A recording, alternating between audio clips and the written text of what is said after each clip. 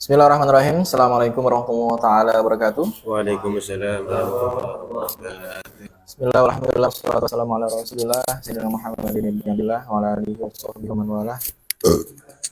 La haula wala quwwata illa billahil aliyyil azim. Rabbi shrah li sadri wa yassir li amri wa hlul 'uqdatam min lisani yafqahu qawli. Subhanaka la ilma lana illa ma 'allamtana innaka antal alimul hakim. Al-Fatihah ila hadratin Nabi Muhammad sallallahu alaihi wasallam wa alihi wa sahbihi zurriyyatin Allah yarhamu ila ridillah wa yu'ila lana barakatun sirri man warim wa fi dunya wal akhirah. Surah Al-Fatihah. A'udzu billahi minasyaitonir rajim. Bismillahirrahmanirrahim. Alhamdulillahirabbil alamin.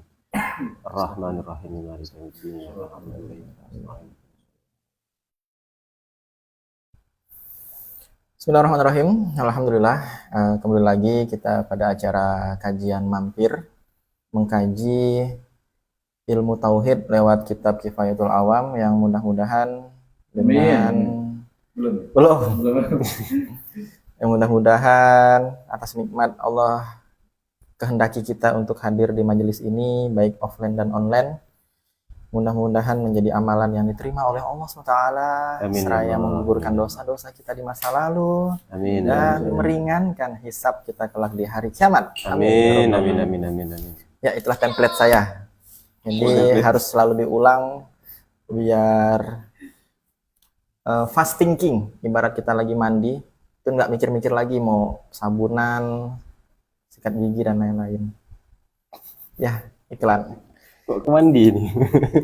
Jadi salawat serta salam tak lupa kita lantunkan untuk Nabi kita, Nabi Muhammad SAW. Allahumma sholli wa sallim wa barik alaihi. Nabi yang senantiasa kita doakan. Dan Nabi pun senantiasa mendoakan kita ketika beliau masih hidup. Amin. Yang mana mudah-mudahan dengan mendoakan Nabi lewat sholawat, lewat doa azan, lewat doa-doa lainnya, dengan kepedulian kita pula dengan Nabi, umat Nabi Muhammad SAW, menjadikan amalan andalan, menjadi amalan andalan kita untuk diakui sebagai umatnya Nabi Muhammad SAW. Amin ya rabbal alamin. Oke kawan-kawan semua, kita akan melanjutkan kajian yang sudah berlalu setahun yang lalu, sudah tahun yang lalu, ini tahun yang baru. Iya. Tapi status masih sama ya, status jomblo. Au. Ini baru intro loh yo. Belum dibuka sesi pembelokan opini. Jadi tema kita pada malam hari ini adalah tema yang mungkin bagi sebagian banyak pengajar itu sangat membosankan. Enggak juga. Bagi sebagian. Sebagian ya betul. Udah disclaimer loh dengan term-term anti kritik ya. Oknum ya kan, itu disclaimer yang mengamankan diri.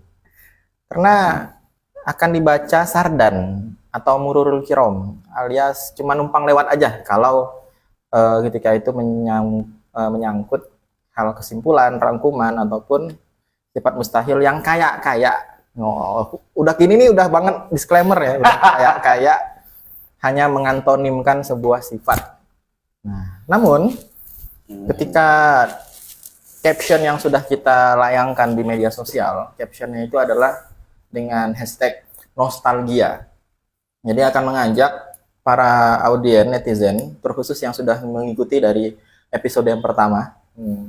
Kalau memang ada ya, dapat hadiah, insya Allah. Mana bukunya? Yang di sini aja belum ada, tidak sempurna kan, cuma saya sendiri ngikutin dari amalan. Bisa online. Ya, jadi kalau udah bisa, yang mau ngeklaim reward, udah nonton dari awal sampai akhir boleh dapat hadiah buku. Bisa di caption stream ini kan ada akun-akun kita tuh. Nah, pergi aja ke akunnya Ustadz Ahmad Fauzi. Iya. Oh iya. Jadi diklaim ya reward itu. Plus tanda tangannya. Dapat dua tanda tangannya. Kan tinggal ditolak. Oke. Sama berkodana juga jangan lupa. Ya, kebetulan pada pertemuan yang lalu saya bolos, jadi agak-agak belum nyimak itu yang sifat takwin, tapi karena memang udah pembahasannya langsung yang mustahil, jadi betul ya, kita start bacanya dari 2 minal khamsin. Ya, syukur dari situ. Sampai mana kira-kira satu lagi? sebacanya saya tadi udah sampai Tapi lekat. mana? Jahil paling. Jauh hal prediksi saya sih sampai wahdaniyah. Nyesuaiin lah ya, kondisional lah ya. Secepat apa saya menerobos. Iya, iya, iya, iya, iya. Oke, bismillahirrahmanirrahim. Kita baca dulu mungkin. Udah saya bikin part-part. Jadi ntar di playlistnya tinggal pencet sesuai menit. Woi, kayak ada channel YouTube profesional. Bismillahirrahmanirrahim. Qala al-mu'allif rahimahullah taala wa nafa'ana bihi wa bi ulumi fid dharain amin. Amin, amin, amin. Ilanggal. Wa minal khamsin ishruna adadu hadhil ishrin wa hiya al-adam diddul wujud, الثانية الحدوث ضد القدام والثالثة الفناء ضد البقاء والرابعة المماثلة ضد المخالفة. Ya, ada 4 sifat. Wa minal khamsin, ngomong-ngomong tentang sifat yang wajib, bahkan kita bisa rumuskan dengan bahasa syarat jadi Tuhan. Astagfirullah. Boleh nggak sih? Agak suladap sih macam Agak suladap ya. Syarat atau syaratul uluhiyah ya jalan. Syarat Ketuhanan. dituhankan. Nah, sesuatu dikatakan Tuhan. Ya. Astagfirullah. Bahasanya syaratul uluhiyah memang. Iya, betul ya. Syaratul uluhiyah. Jadi ibaratnya kalau udah syarat itu harus terpenuhi semuanya. Beda dengan ciri-ciri. Iya, betul, Nah. betul, betul. Jadi tadi pengen menawarkan ciri-ciri Tuhan kan tidak pas. Nah, ini harus syarat Tuhan. Jadi harus semuanya terpenuhi. Yang sudah kita lewati adalah sifat wajib Allah, sehingga baru 20 syarat yang kita bahas. Nah, syarat yang berikutnya harus juga terpenuhi, ada namanya sifat mustahil Allah yang terumuskan lewat adad, yaitu lawan daripada 20 sifat wajib. Maka dia dinamai dengan 20 sifat mustahil. Ini materi dasar di SD insya Allah sudah ada ya. Bahkan di LKS di Mapel Ilmu Kalam itu juga sudah ada. Dibahas dengan sebasic itu tanpa dimunculkan apa yang diekspektasikan oleh beberapa orang yang ingin mengekspektasikan sesuatu. Ya. Apa 20 lawan daripada sifat wajib tersebut ataupun yang diistilahkan dengan sifat mustahil? Wahia al-adam. Yang pertama al-adam, ketiadaan, yang mana ketiadaan berarti lawan dari al-wujud, ada. Kemudian wasaniyatu al-hudusu, dan sifat mustahil yang kedua adalah al-hudus, sifat al-hudus, kebaruan atau baru terjadi atau baru muncul. Ini mustahil bagi Allah, yang mana merupakan lawan daripada al-qidam, maha terdahulu. Wasalisah al-fana, kebinasaan atau bisa binasa, yang mana sifat bisa binasa ini mustahil bagi Allah dan termasuk daripada antonim dari al-baqo, sifat wajib yang bernama baqo, maha kekal. Kemudian yang keempat, warabi'ah al-mumasalatu diddul mukhalafah, keserupaan. Jadi Tuhan itu mustahil memiliki keserupaan dalam hal apapun. Nah, ini lawan daripada al-mukhalafah, menyelisihi atau berbedanya Allah dari segala sesuatu. Sekalipun nanti khusus yang keempat ini agak diperpanjang pembahasannya. Nah, berarti dominan memang bakal dibahas di sananya. Oke, kita lanjut dari yang awal. Yang pertama adalah al-adam. Dari sekian banyak sifat mustahil, tentu yang diawalkan adalah sifat al-adam, ketiadaan. Sebagaimana kita membayangkan sifat wajib di pembahasan sifat wajib itu, al-wujud, bukan hanya kita artikan ada, tapi maha ada. Ada itu maksudnya apa? Ada mungkin yang diketahui umum orang, ada itu ya tidak hadir belum di tahun sekian. Nah, maka bisa nggak dibayangkan sebagaimana kita mendefinisikan sifat mustahil itu adalah sifat Apa kemarin definisinya? Malah habis kemarin. Ma huwallazi la yutasawwar fil akli wujuduhu. Definisinya. Nah, definisi sifat mustahil biar kita bisa sambil menalarkannya. Sifat mustahil itu adalah sifat atau kondisi la yutasawwar fil akli yang tidak bisa dibayangkan di akal. Apa yang tidak bisa dibayangkan keberadaannya? Ai la yusaddiqul aqlu biwujudihi, dan akal pun tidak mempercayai keberadaannya. Jadi ketika ingin mengetesnya tinggal ditanya apakah itu benar atau apakah percaya akalmu tentang hal itu. Maka dicontohkan misalkan dari al-adam. Bisa nggak kita membayangkan bahwasanya Tuhan itu tidak ada? Ayo bayangkan yuk. Tapi bagi orang ateis itu tidak ada. Tuhan tidak ada misalnya. Sehingga nanti para ulama itu kan membagi menjadi setidaknya dua macam. Baik yang wajib ataupun mustahil. Ada yang badihi, ada yang nazari, dururi dan nazari. Pertama kita sampaikan dulu klaimnya, baru nanti diperkuat dengan dalilnya. Kan seperti itu ya. Jadi kita bayangkan dulu. Bentar, lah sedang mencatat. Oke, siap. Kita bayangkan dulu Tuhan tidak ada. Kemudian percaya nggak Tuhan itu tidak ada? Nah, kemudian ketika ingin memperkuat klaim ini atau teori ini, kita membutuhkan sebuah dalil. Apa implikasi dampak daripada Tuhan itu tidak ada? Kan seperti itu. Apa dampaknya kalau Tuhan tidak ada? Ya tentu tidak ada yang menciptakan semuanya. Kan seperti itu. Namun ternyata dalam faktanya ada banyak makhluk-makhluk yang tercipta. Berarti ada Tuhannya. Kalau Tuhannya aja nggak ada, ya kenapa ada ciptaannya? Berarti harus ada penciptanya. Nah, kemudian watsaniyatu, dari segi adanya Allah pun ketika kita baca sekilas itu memunculkan, menafikan bahwasanya adanya Allah itu muncul dari ketiadaan kalau makhluk, ya kan? Kalau makhluk itu adanya muncul dari ketiadaan. Tapi kalau Allah tidak boleh muncul dari ketiadaan, karena tadi harus beda. Berarti adanya Allah itu harus bukan yang al-hudus, mustahil Allah hudus. Sehingga ada yang namanya sifat wajib al-qidam. Apa yang dimaksud dengan al-hudus? Al-hudus itu ada, tapi dengan bentuk teknis awalnya tidak ada, kemudian ada. Jadi muncullah namanya al-hudus. Berbeda dengan al-wujud tadi. Kalau al-wujud emang ada, tanpa diawali dengan ketiadaan. Nah, di al-hudus inilah, ataupun di bab qidam, kita bernostalgia dengan atau dikenalkan dengan yang namanya daur dan tasalsul. Jadi di episode pembahasan sifat qidam, kita dikenalkan dengan teori daur dan tasalsul.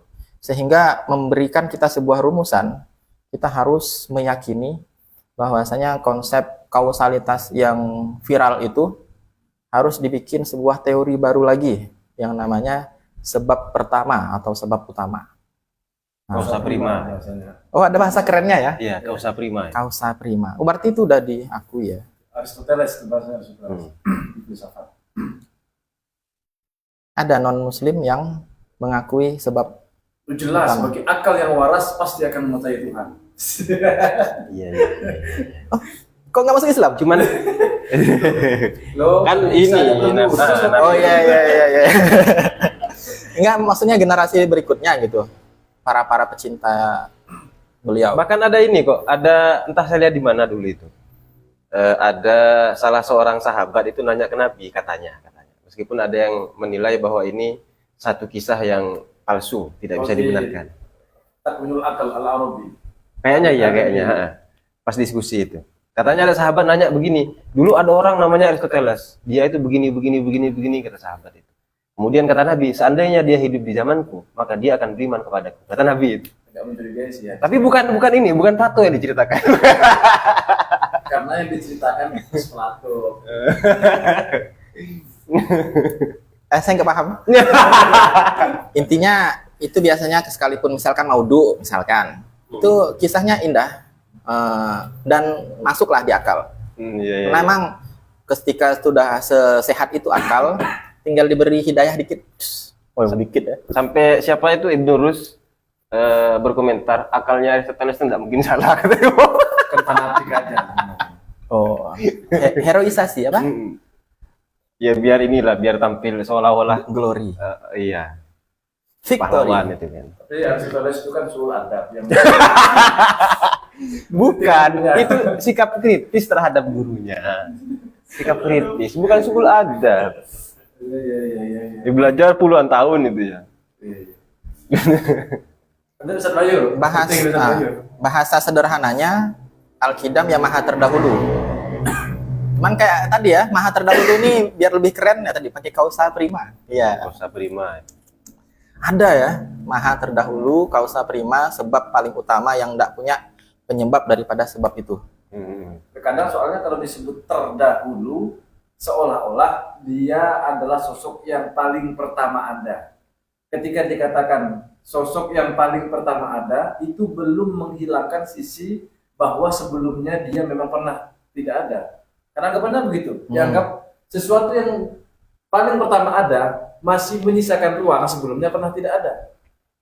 Lantas diksi kausa prima bisa dijelaskan secara logotannya, kausa itu apa, prima itu apa? Kausa itu sebab, prima itu utama. Yang paling utama, yang paling primer, yang paling pertama gitu aja lah gampangnya. Sebab pertamanya adalah sosok yang kita sebut Tuhan, bahasanya dia kausa prima. Ya. Tapi ada yang menarik, saya mau nambahin sedikit mumpung ingat. Ada salah satu YouTuber yang waktu itu saya tonton.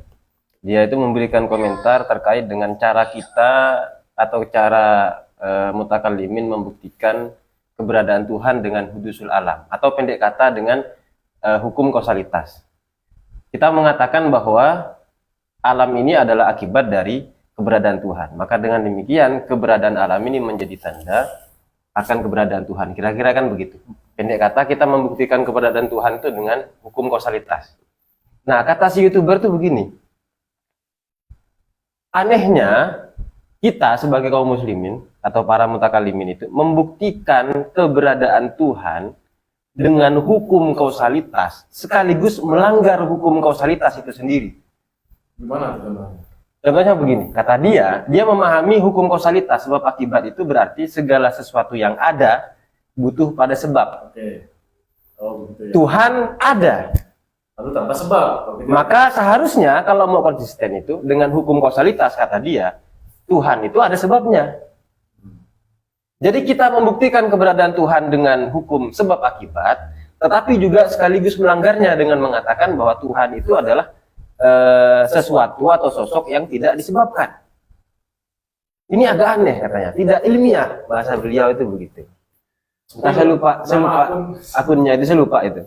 Itu sudah beberapa bulan yang lalu. Nah, setelah itu kemudian saya terinspirasi untuk membuat satu bab khusus terkait dengan itu. Nanti itu proyeknya itu ke sana itu. Di jilid kedua. Oh, jilid kedua. Di jilid kedua nanti ada. Oh, bukan edisi revisi ya? Bukan, itu sudah perfect itu. Menurut saya itu. Karena sudah beberapa kali Nggak boleh ya? dicek. Jilid 2, guys. Nah, kalau kita lihat, kenapa kok terjadi kesalahan fatal seperti itu? Karena dia salah mula-mula memahami tentang definisi hukum kausalitas. Padahal hukum kausalitas itu yang benar adalah setiap akibat membutuhkan sebab. Pertanyaannya, Tuhan itu akibat atau bukan? Atau dalam bahasa-bahasa di kitab-kitab tauhid itu kan segala sesuatu yang baru itu butuh pada sebab atau butuh pada pencipta. Jadi hukum kausalitas itu bukan berbunyi setiap yang ada butuh pada sebab, bukan. Tetapi setiap akibat butuh pada sebab. Tuhan bukan akibat. Ya, lagi-lagi dengan nalar mantiki ya. Iya, betul. Letaknya di salah mendefinisikan. Salah mendefinisikan. Makanya sangat masuk akal ketika para ulama itu buat kaidah Al-hukmu 'ala syai' far'un an tasawwurihi. Hukum tentang sesuatu itu tergantung bagaimana dia memahami sesuatu itu. Kalau pemahamannya benar, maka penilaiannya atau justifikasinya itu benar. Tapi kalau keliru sejak awal, bisa dipastikan dia akan keliru dalam menilai sesuatu itu. Tapi biasanya akan terjadi perebutan definisi. Nah, siapa yang paling berhak dan paling capable untuk berkata definisi hukum kausalitas adalah seperti yang Anda definisikan tadi? Tergantung definisinya itu representatif atau tidak. Karena kan definisi itu rata-rata yang diungkap ke permukaan adalah sisi aksidennya. Sebagaimana kata Imam Ghazali itu kan, kalau kita mau definisikan sesuatu secara esensial itu repot sekali. Sekelas Imam Ghazali bilang seperti itu. Artinya dalam banyak hal kita kalau mendefinisikan sesuatu, yang kita ungkapkan itu sisi aksidennya. Atau bahasa sederhananya mungkin, ayo kita uji siapa definisi yang paling relate, gitu ya? Itu bisa, itu begitu. Dan ternyata yang lebih relate memang tadi harus dikatakan setiap akibat itu butuh pada sebab. Itu pada sebab. Bukan setiap yang ada. Terlalu umum itu ya? Terlalu umum itu. Ya. Wah, ini banyak yang harus dicatat nih. Oh, bisa diputar ulang ya? Ya, jadi untuk mendefinisikan sesuatu yang sudah viral saja kita masih berbeda ya tentang prinsip kausalitas tadi. Oh, kabarnya ini si YouTuber itu katanya ahli fisika. Wow.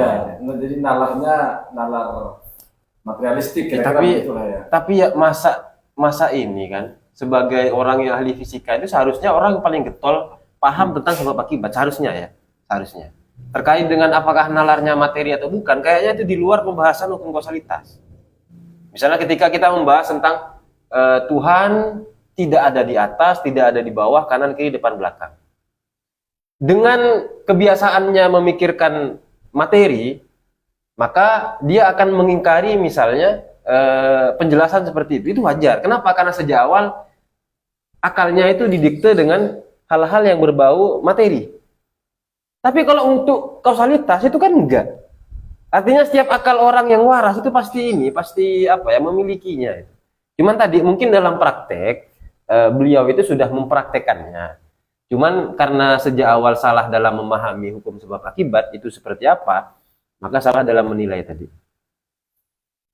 Ya kan boleh jadi juga sebab akibat yang dia pahami dalam ranah hukum adat, bahasanya dalam kalam ya, dalam ranah hukum adat, sehingga dia mengamati setiap benda yang ada di realitas ini, segala sesuatu yang ada pasti ada sebabnya begitu. Sehingga cara kausalitas bekerja dalam otak materialisme, dalam otaknya rasionalisme itu berbeda. Kalau dilihat, misalnya dia melihat hukum sebab akibat sebagai hukum adat, misalnya begitu, atau secara adi, itu juga kayaknya kok bisa lompat ke sana itu loh kesimpulannya. Seharusnya kan kalau melihat hukum sebab akibat sebagai hukum adi misalnya atau hukum kebiasaan, maka seharusnya dia akan menilai bahwa misalnya api itu pasti bisa membakar atau pasti panas. Ya. Sementara kita misalnya dengan hukum akal mengatakan api itu tidak pasti memberikan efek panas atau membakar itu kan. Seharusnya kalau mau pakai nalar adi itu begitu. Gimana? Kalau pakai memahami hukum kausalitas dengan hukum adat secara hukum kebiasaan itu. Seharusnya begitu. Gimana? Begitu itu gimana tadi? Kayak tadi itu, api itu pasti panas. Ya, makan jelas. pasti kenyang. Iya, jelas begitu kan. Terus tidak kemudian sampai kepada kesimpulan yang begitu jauh. Yakni setiap yang ada butuh pada sebab. Kok bisa tidak mungkin ke sana? Kenapa kok itu dikatakan jauh, terlalu jauh? Karena ketika mengatakan setiap sesuatu yang ada butuh pada sebab, itu bukan ranah hukum adat. Itu loh maksudnya. Bukan sesuatu yang kita lihat sesuai dengan kebiasaan kita. Oke. Jadi kira-kira demikian. Pada intinya, ya karena salah dalam definisi tadi itu, maka kemudian salah dalam memberikan penilaian. Itu kayaknya ya satu kritik yang cukup unik. Cuman ya perlu sesekali kita hahihikan itu kan. Masih bisa dibela ya ternyata. Jadi ibaratnya udah mau pakai kausalitas tapi dilanggar, tapi masih bisa membela diri dengan mengubah definisinya. Ya masih tetap punya celah. masih nggak terima sih kayaknya pihak kontra ya, tapi biarin lah. Saya tambahkan sedikit lagi Ustaz Bayu. Oh iya. Jam ini. Jadi sebelum kita lanjut lebih jauh, ini kan kita membahas tentang sifat mustahil atau sifat kebalikan dari yang wajib. Kalau yang wajib itu harus ada menurut akal, kalau yang mustahil itu harus tiada menurut akal. Pertanyaannya, kenapa sifat mustahil ini harus kita bahas juga? Nah, ini pertanyaan menarik. Biasanya kalau ilmuwan itu bilang ini menarik, ya gitu biasanya. Iya. Gitu, Ustaz Fajar ya. Ini menarik. Disimak nggak menarik. Ya kan biasa aja ya. Brandingnya itu loh. Jadi di satu sisi sebenarnya kita sudah memperoleh argumen yang kokoh di awal pembahasan tentang sifat wajib. Cuman pembahasan sifat mustahil ini juga tidak kalah penting untuk ditegaskan. Tujuannya tidak lain adalah untuk menunjukkan bahwa atau setidaknya kita punya gambaran bahwa apa yang sudah kita bangun di awal itu sudah memang betul-betul kokoh. Karena kata Imam Ghazali itu begini, kullul asya atau kullus syai' tustabanu bi'addadiha. Segala sesuatu itu menjadi jelas dengan kebalikannya. Contohnya begini, keberadaan Ustadz Bayu itu dianggap biasa aja awalnya. Tapi coba kita bayangkan Ustadz Bayu tidak ada. Ketiadaan Ustadz Bayu, barulah kita sadari pentingnya hadirnya Ustadz Bayu. Saya ingat lagu itu. Kalau sudah. Gimana? Kalau sudah tiada. Iya. Oh iya, lagu dangdut ya. Dangdut itu. Nah, jadi kita bayangkan saja kalau Tuhan itu punya sifat Adam, yang mana Adam ini adalah sifat mustahil, bukan pakai hamzah ya, bukan Adam itu nama nabi ya, tapi ini pakai ain, Adam. Adam tidak ada. Ya kadang biasanya kan tulisannya kan sama, ADAM kan begitu, cuman bedanya ada tanda petiknya aja di depan. Orang awam biasanya baca, ini Adam, ini jangan-jangan Nabi Adam dulu karena pernah tiada. Dikiranya begitu, padahal enggak ya. Ini Adam dengan Adam. Ini Adam berarti tidak ada. Nah, ketika kita bayangkan Tuhan itu tidak ada, ya akan banyak kemungkinan dan semakin memperkokoh, memperjelas bahwa Tuhan itu ternyata memang harus ada dengan berbagai argumen yang sudah kita kemukakan di sifat wujud. Nah, terkait sifat wujud ini ada hal menarik barangkali yang bisa kita bicarakan ulang menurut saya sebelum kita lanjut ke sifat-sifat yang lain. Ada dan tidak ada. Ini menarik. Menarik lagi. Apakah tidak ada itu ada atau tidak ada itu memang tidak ada? Klasik sebenarnya ya dalam filsafat. Ustaz Fajar pernah membayangkan itu? Apakah ketiadaan itu ada atau ketiadaan itu tidak ada? Dulu kita diskusi panjang lebar. Maksudnya 3 hari itu. Dari jawabannya kata guru kita itu. 3 hari kita mikir. Ketika menjawab salah itu. Waalaikumsalam warahmatullahi. Aman dari banjir Ustaz. Aman. Banjir yang lain aman. Awas sering banjir masih. Agak mendekat sini, Ustaz. Biar nggak kedinginan. Kalau sudah berpasangan enak dingin-dingin.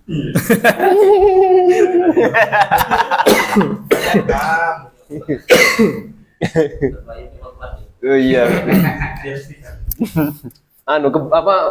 Kemaluannya. Rasa malunya kebal. Sorry Ustaz Bayu.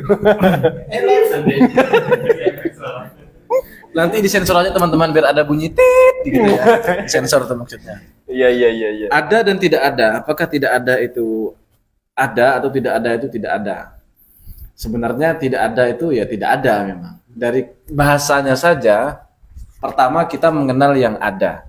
Jadi kita bisa membicarakan yang tidak ada karena ada yang ada. Tidak mungkin kita membicarakan sesuatu yang tidak ada kalau yang ada itu tidak ada. Kata Kayak pantun ya guys. kayak saya itu gimana ya? Saya kan biasa sering Agak lupa juga saya persisnya gimana, lupa saya. Jadi tidak ada itu tidak ada. Kita bisa membicarakan sesuatu yang tidak ada karena ada yang ada. Pada mulanya kan begitu.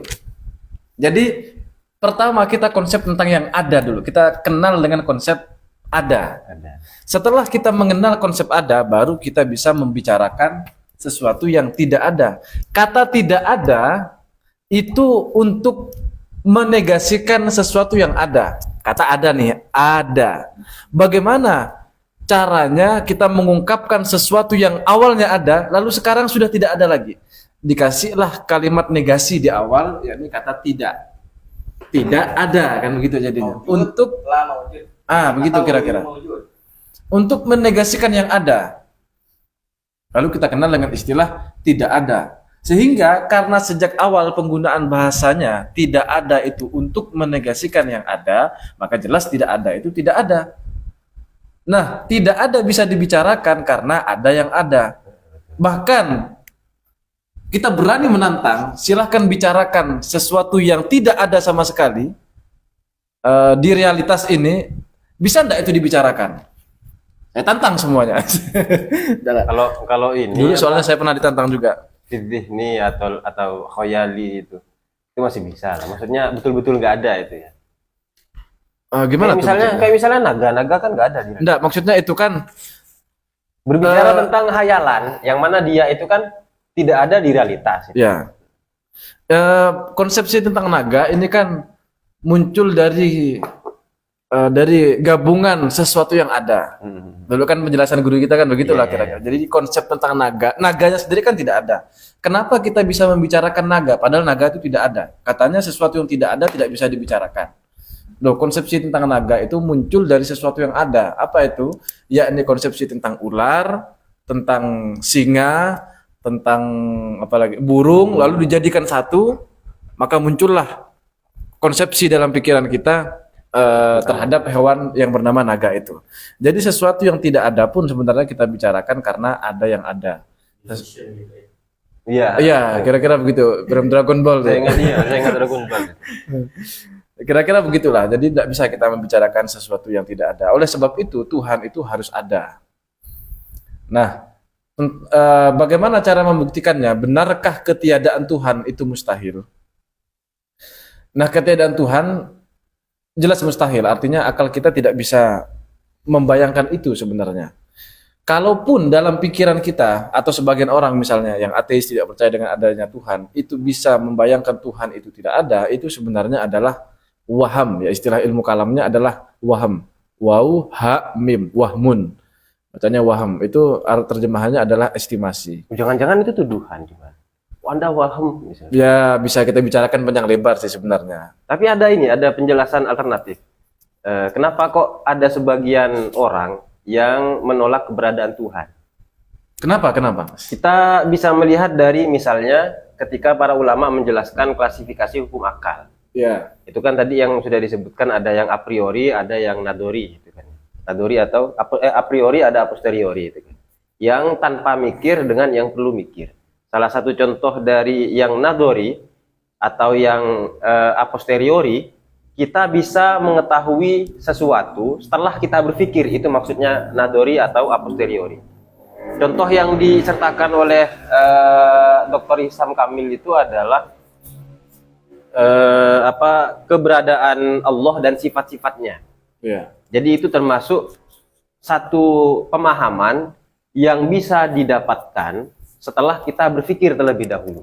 Nggak bisa langsung terpikir gitu Nggak saja. Nggak bisa. Sebenarnya dari penjelasan seperti itu menyiratkan satu makna yang sangat mendalam, bahwa kalau misalnya mengetahui Tuhan itu a priori, maka seharusnya semua orang terlahir dalam kondisi bisa atau memiliki pemahaman tentang Tuhan, tentang Allah, tanpa bisa menolaknya. Oke. Seharusnya itu. Dengan adanya klasifikasi itu mengantarkan kita pada kesimpulan demikian.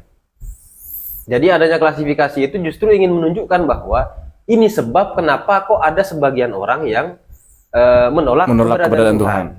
Karena itu bukan persoalan a priori, itu persoalan a posteriori. Artinya harus mikir ya. Harus mikir dulu, baru kemudian kita tahu tentang keberadaan Tuhan dan sifat-sifatnya. Kalau ada orang lahir tiba-tiba kok beriman ke Tuhan, ya berarti warisan aja berarti ya. Iya, warisan. Oh begitu.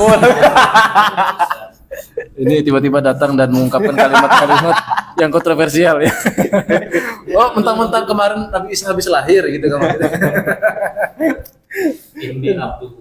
Oh gitu ya, langsung bicara seperti itu. Ya itu karena mendapatkan risalah.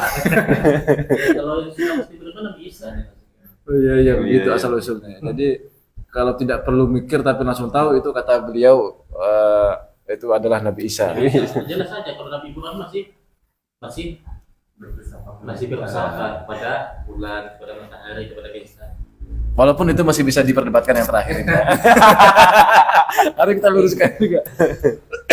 Nah, kira-kira itu kenapa kok perlu dijelaskan klasifikasi dari masing-masing hukum akal. Ada yang a priori, ada yang a posteriori. Kalau misalnya mengetahui Tuhan dengan sifat-sifatnya itu a priori, maka seharusnya orang-orang itu menerima keberadaan Tuhan dan sifat-sifatnya sebagaimana kita menerima hukum kausalitas. Pendek kata begini dari apa yang Anda sampaikan ini ya, biar netizen di rumah juga gampang mencerna. Iya. Yang beliau maksud ini, kalau memang mengetahui Tuhan itu tidak perlu mikir, semuanya pasti beriman. Semuanya itu pasti kan beriman, betul. Faktanya tidak semua beriman. Itu menunjukkan bahwa mengetahui semua orang. Tuhan dan sifat-sifatnya Oh, bukan gitu itu ya? harus mikir. Oh, kira Harus diperhalus dikit. Tidak semua orang mikir. Ya, sebenarnya itu semakna juga. Nah, pendek kata dari apa yang ingin saya sampaikan adalah kenapa sifat mustahil ini masih kita bahas untuk menegaskan seandainya Allah itu punya sifat Adam, Allah itu tidak ada misalnya. Kemudian Allah itu hudus baru misalnya. Kita lebih akan semakin jelas dalam gambaran kita bahwa hal tersebut betul-betul mustahil. Misalnya nih, sifat mukhalafah nanti sifat mukhalafah. Kita mengatakan bahwa Tuhan tuh punya sifat mukhalafatul hawadisi, harus berbeda dengan makhluknya. Nah, semua umat Islam sepakat itu. Cuman faktanya kan ada yang masih menyamakan Tuhan dengan makhluk dengan mengatakan Tuhan misalnya punya tangan, punya wajah dan seterusnya. Tapi nanti kalau mau kita tegaskan sekalian, apakah berarti tangannya Tuhan itu fisik? Mereka akan ngeles biasanya itu, akan menolak itu. Artinya dia tidak jujur. Artinya akal yang sehat pasti akan menolak bahwa sesuatu yang mustahil dilekatkan pada Allah itu tidak mungkin terjadi. Itu karena kita berbicara sesuatu yang mustahil. Nah, sehingga sifat mustahil ini penting juga dibicarakan karena dengan adanya sifat mustahil, dengan adanya pembahasan tentang sifat mustahil, keberadaan sifat wujud itu memang betul-betul yang benar. Kira-kira begitu sedikit tambahan dari saya, Ustaz Bayu. Ya, pasti kan kami dari sisi awam yang ada ateis, hampir ateis lah. Taklid. Kenyataannya Tuhan memang nggak ada kok. Secara fisiknya gitu kan. Iya. Sejak kapan sampai jadi liberal ini? Ini konsepnya mewakili. Oh iya. Kirain ketika sudah dikecewakan oleh kehidupan belum menemukan pasangan. Ya memang pegangan hidup itu memang harus akan kita miliki nanti. Ya terbaik. Iya. Pegangan hidup itu harus. Belum tentu. Jadi pulang dari sini kejebak banjir lalu tenggelam. Oke, Ustaz Bayu silakan. Mau bicara kayaknya. Enggak, kalau adu intimidasi takdir sih saya lebih kreatif ini. Oke, udah lah. Ngomong.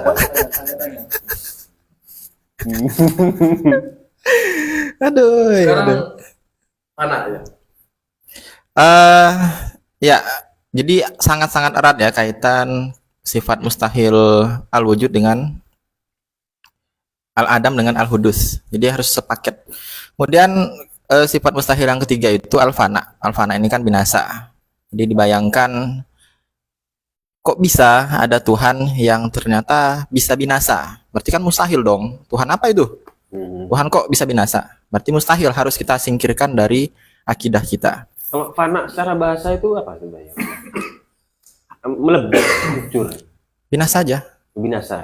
Enggak, maksudnya binasa itu apakah kayak kita misalnya hancur lebur sehingga tanpa sisa gitu. Oh, apakah berpindah ke Nah, soalnya kan ada bentuk ini, lain? ada apa namanya? Ada sifat hayat itu kan. Yang kebalikannya adalah Imajinasi. Apa maksudnya gini? Hayah mati, ya kan? Kalau binasa, oh iya sih, ya begitu ya. lebih dominan ke pernah hidup terus mati. Tidak terlalu membahas ke teknis dia binasanya itu seperti apa. Sekedar on off aja. Apa langsung musnah hilang gitu maksudnya? Kalau hayat hidup, kebalikannya mautun mati. Mm-mm. Kalau mati kan dimungkinkan masih ada tuh. Apa jasadnya lah kira-kira. Kalau manusia. Zatnya itu ada, bukan jasad. Zatnya itu. Fana ini kayaknya apa namanya? Musnah itu. Musnah ini maksudnya gimana? Ya, Hancur. iya. Maksudnya langsung celing hilang gitu. Ya nggak celing juga itu. Kalau punya kata musnah kita kalau nggak kita beri aja. Lalu jelas. Wahalaka itu ya.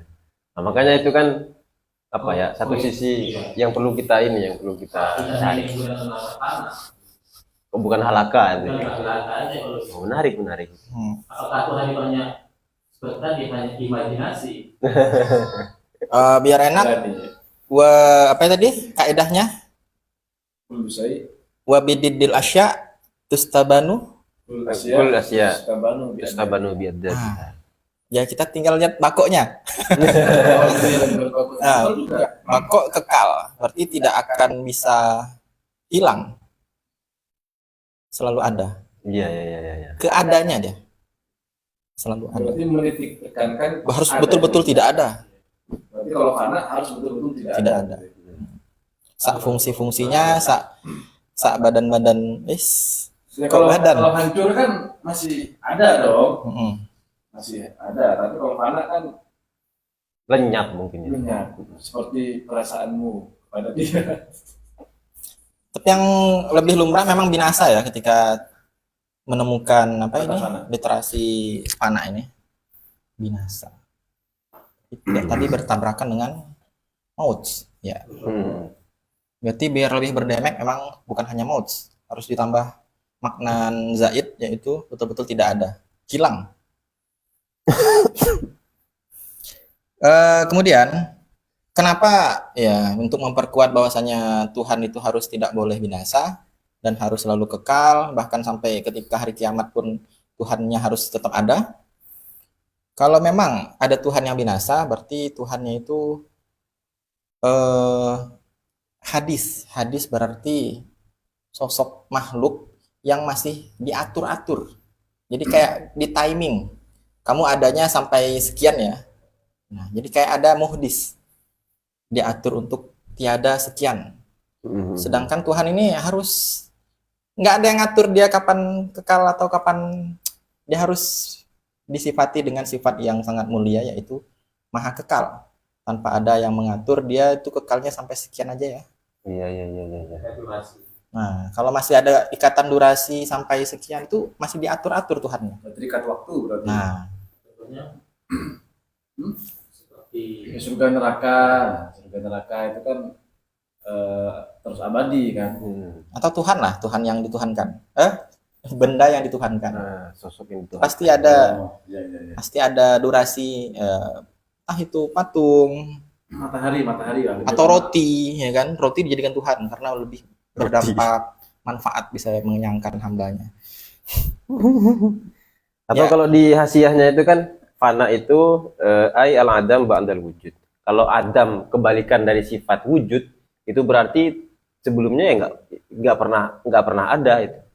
binasa. Nah, betul-betul tiada kira-kira begitu. Tidak pernah. hilang tadi itulah berarti. Enggak yang ini yang wujud yang kebalikan dari wujud Adam itu. Adam itu kan berarti Betul-betul betul-betul tiada. tiada. Dia tidak pernah mengalami fase ada. Ya. Tapi kalau fana itu maknanya adalah al adam ba'dal wujud. Ya, berarti kan ada dulu terus hilang. Untuk menekankan sisi itunya berarti ya. Dia pernah tiada, pernah ada kemudian tiada. Jadi kalau fana itu diidentikan dengan ciptaannya nggak? Kalau misalnya fana itu diperuntukkan kepada ciptaan, kan? Kalau semesta itu sifatnya fana, berarti akan hancur. Berarti kan hancur itu ada prosesnya. Misalnya planet-planet yang meledak melebur itu proses dari fana itu sendiri. Salah satunya iya. Bisa. Bisa saja kemudian ting hilang. Bisa aja kayak gitu. Nah, Ya. iya. Kuluman alaiha fan kan, segala sesuatu punya fan. Sehingga Kiai Idrus Romli itu ketika membahas sifat yang ketiga ini dibuat sebuah pertanyaan, sampai kapan Allah ada? Dia pakai durasi. Sampai kapannya? Bertahan sampai kapan sih Tuhan yang kita sembah ini? Nah, maka ternyata tidak mengenal konsep sampai kapan, karena memang tidak terikat dengan waktu dan tidak mengenal konsep binasa. Karena kalau masih ada binasa-binasa, itu berarti ada yang ngatur durasi kebinasaannya kapan, dan itu mustahil bagi Allah SWT. Kenapa jadi tasalsul? Ya, betul. Ini karena tasalsul tadi udah dari sejak Al-Qidam, maka berlaku pula kepada yang lain-lainnya. Jadi memang dari Al-Qidam tuh sudah belajar konsep daur dan tasalsul, dan harus mengenal yang dinamakan kausa prima. Gimana tulisannya? Kausa? Cause apa causa? Causa Prima. prima. Bahasa Indonesia. Nggak tahu ya bahasa apa, lupa saya. Ya bukan yang kadang kan Inggris gitu kan. Cause, because I love you. Ya, ya. Ya Allah, Sempat ya ke sana itu ya. bisa ajak sebapak kugunakan. Layak dipanggil Om memang. Because I love you. Allah. Always on, si paling counter. Jangan ditonton juga. belum menyponsori udah numpang link lewat iklan. Iya. Oke. Ya. Itu 3 sifat yang seharusnya di kitab ini nggak terlalu ditekankan, tapi bisa beranak pembahasannya. Oke, kita masuk ke pembahasan yang sifat mustahil yang keempat, warwabi'atu al-mumasalatu didul mukhalafah. Ini dari inilah yang bisa dikatakan tahu inti daripada segala sifat. Karena dari konsep la ilaha illallah, menafikan tiada Tuhan selain Allah, itu memang paling dominan mengesakan Tuhan, mengesakan Allah, dan padanan kata mengesakan itu lebih dominannya mengarah ke mengunikkan. Masih mau? Masih mau. Akan kuedukasikan di sini. Allah Maha unik. Ya dengan tentunya dalam tanda kutip tidak mensuul adabkan kata unik itu ya. Karena seringkali orang itu menganggap kata unik mirip dengan kata aneh. Ini mukanya segitiga. Unik dan aneh, tapi ada yang unik, ada unik tapi tidak aneh. Ya kan? Kalau kotak ada apa yuk? Kotak. Kepala bidang. Bidang apa kotak? Jadi unik itu ya spesial, istimewa, dan harus beda. Nah, jadi bagaimana upaya kita bertauhid membedakan, mengunikkan, dan bagaimana Tuhan kita itu harus unik, harus beda. Nah, disinilah sehingga mustahil bagi Allah itu al-mumasalah, memiliki keserupaan apapun itu. Cuman tadi, kalau apapun itu memang agak-agak brutal, apapun itu. Karena kadang dari segi nama ada nama sifat ya kan, Rahman Rahim, masih bisa tuh Allah memiliki sifat kasih sayang, sifat kasih. Sehingga keserupaan apa yang tidak boleh kita tempelkan, lekatkan pada Allah, nah itu perlu pembelajaran lagi. Intinya titik beratnya adalah menafikan keserupaan yang menjadi ciri khas sifat makhluk. Nah, mungkin tawaran sementaranya itu, yang ciri khas sifat makhluk itu apa? Nah, itu yang kita keserupaan itu yang kita nafikan. Fayastahilu. Nah, karena memang agak repot membatasi ini, sehingga beliau pun, kalau yang nomor 4 nih harus dipreteli lagi nih. Sehingga beliau bilang fayastahilu, maka akan menjadi mustahil bagi Allah SWT itu ayyuma silal hawadis, menyerupai atau memiliki keserupaan terhadap al-hawadis, makhluk-makhluk, fi syai'in mimma tasofu bihi, dalam hal yang memang biasanya hawadis itu memiliki sifat semacam itu. Apa itu? Masih bertanya-tanya kita kan. Sifat khusus apa yang dimiliki oleh hawadis sehingga tidak boleh diserupakan Allah, dan ini memang merupakan ciri khas daripada si hawadis alias makhluk-makhluk. Fala yamuru alaihi ta'ala zaman. Nah, fala yamuru alaihi ta'ala zaman, maka tidak boleh berlaku kepada Allah konsep zaman, konsep waktu. Jadi tidak bisa dikatakan sejak kapan Allah bla bla bla, sampai kapan Allah bla bla bla. Karena sejak dan sampai itu aturan durasi waktu, sehingga tidak berlaku kepada Tuhan kita. Beda kepada makhluk. Dan sebelum jauh, konsep ini kan kayak minal amril badihi, kayak akal itu sudah mengiyakannya secara jelas. Tapi banyak sekali kita yang seakan-akan ketika di tongkrongan ngopi itu untuk menerima konsep waktu itu tidak boleh dilekatkan ke Allah itu agak sulit. Kayak itu sesuatu yang baru dan perlu penalaran untuk menerimanya. Jadi akan adakah suatu zaman di mana para manusia ini sudah betul-betul menyepakati bahwasanya hal ini hal basic banget. Iya kan? Kita kan merasa basic nih ketika sudah belajar tauhid. Wah, Allah tuh tidak boleh dong terikat dengan zaman, makan, harokah, sukun. Tapi apa iya itu hal basic yang di masa depan akan juga menjadi hal basic? Tidak segampang itu saya kira. Ya kan? Ini tulisan ini sebagai hafalan gampang. Maksudnya hanya sekedar dibaca gampang. Oh, Allah tidak tunduk pada hukum waktu. Allah tidak tunduk pada hukum waktu itu gampang disebutkan. Tapi untuk dipahami itu butuh effort, butuh usaha. Kadang soalnya salah satu kendala ketika kita mengajarkan ilmu kalam ini karena biasanya contoh yang diberikan itu saja. Maka itu menjadi hafalan bagi peserta didik dan akhirnya mereka menghafal dari contoh-contoh yang kita jelaskan sehingga dampaknya adalah mereka ini seolah-olah belajar ilmu kalam untuk keluar dari doktrin, ya, justru mereka akan terjebak pada doktrin baru yang seolah-olah rasional. Iya. Itu sering terjadi. Misalnya, saya pernah punya pengalaman seperti itu, mengajarkan ke teman-teman, kemudian misalnya, bagaimana pendapat kalian? Apakah gerak dan diam secara bersamaan itu wajib, misalnya atau jaiz, mustahil? Oke, paham kan? Sudah beberapa kali kita uji, seolah-olah mereka paham karena memang contoh itu yang kita kemukakan terus-menerus. Ternyata ketika dihadapkan dengan contoh lain yang kita temukan dalam filsafat waktu itu, lalu mereka meyakini ada dua hal yang kontradiktif itu betul-betul terjadi. Ini kan berarti problem. Padahal ketika kita belajar ilmu kalam, seolah-olah mereka paham. Tapi faktanya tidak seperti itu. Mereka ini belajar ilmu kalam tujuannya adalah untuk keluar dari doktrin dalam akidah. Tapi justru malah terjebak dalam doktrin baru yang seolah-olah rasional. Nah, justru ini yang berbahaya. Makanya kalau hanya sekedar kalimat, ucapan, fala yamuru alaihi ta'ala zamanun, itu gampang.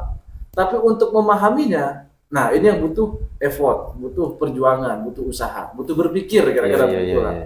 Nggak bisa kita semua pasti beriman semua bahwa Tuhan itu tidak serupa dengan makhluk. Semua sepakat tuh pasti. Tapi faktanya dalam beberapa hal kita masih menyerupakan Allah dengan makhluk. Bukan kita ya, maksudnya mereka. Kalau kita enggak, insya kita dah selamat ya. Amin. Jadi pendek kata pengetahuan mereka itu hanya template. Template, iya. Hanya template itu. Menarik. Tadi permasalahannya udah jelas ya. Kenapa masih banyak yang tidak memahami dan solusinya sudah ada yaitu harus diperbanyak contoh. Nggak hanya di ilmu kalam kawan-kawan, di usul fikih ataupun di fikih pun itu ketika di satu buku hanya menyertakan satu contoh dan sudah dihafal, udah merasa paham, padahal masih haus akan contoh-contoh yang lain. Berarti untuk kasus ilmu kalam ataupun tauhid ini kita masih memerlukan nih karya tulis yang menjelaskan tentang teori-teori tauhid tapi dengan contoh-contoh yang banyak. Bukunya ada bisa dicantumkan. Harus lebih banyak loh contohnya ya. Kalau bisa sama gambar-gambarnya. Iya. Oh, ada gambarnya. Mungkin ada panduan buku yang membimbing akidah kita. Ya jelas, buku beliau nih. Iya. Jadi Komisi kan. affiliate. Kayak ini kan kemarin kita bahas sifat takwin itu kan barangkali ada di antara kita yang masih bingung atau para peserta itu kan ada yang bingung. Di mana di buku saya itu saya kasih tabel. Ini kudroh apa namanya? Kudrohnya Asy'ariyah itu. Kemudian ini takwinnya Maturidiyah. Jadi Bagus sekali berarti iya. ya. Jadi melihat perbedaannya itu gampang sekali itu kira-kira begitu. Oh, jadi aduh ini rugi sih teman-teman enggak beli ini. Harus beli. Wah, harus itu. Komisi. Gampang tersesat. Betul. Insya Allah akan ada Insya Allah. door prize. Oh, enggak ada. Semuanya yang akan login lagi. Masuk lagi ya berarti. Yang sudah nge-like semua postingan. Oh, enggak. Ya, itu tentang Lafala yamuru alaihi zaman. Jadi ini sudah menjadi konsep yang seharusnya basic, tapi karena tadi dalam prakteknya memang tidak semudah yang kita bayangkan untuk mana yang boleh diserupakan, mana yang tidak. Sehingga ketika mereka sudah menafikan, oh, aku sudah menafikan keserupaan Allah itu tidak punya tangan, tapi dari segi punya tangan, tapi tidak seperti tangan manusia. Nah, saya sudah memberikan unsur mukhalafalul hawadis, yaitu tangan yang tidak seperti tangan manusia.